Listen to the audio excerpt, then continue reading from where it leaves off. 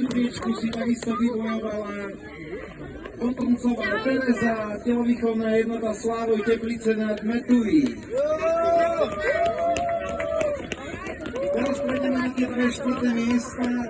Na štvrtovej pozícii Linda Wasserburger z Kysováň. A ďalšia štvrtá priečka Ďuricová Hana JSC Dúbravka.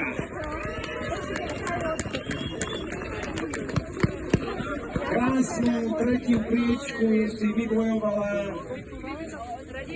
Hrbová Klára z Kyklu Biešteď. Na druhom mieste sa umiestnila Vinarčíny Karolína Adidževi Šport.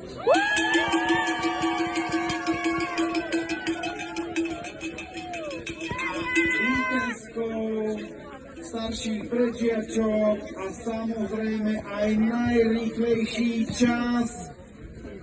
Na prvom mieste sa umiestnila Smoleňáková Šantal a SRT Štrbské Pleso.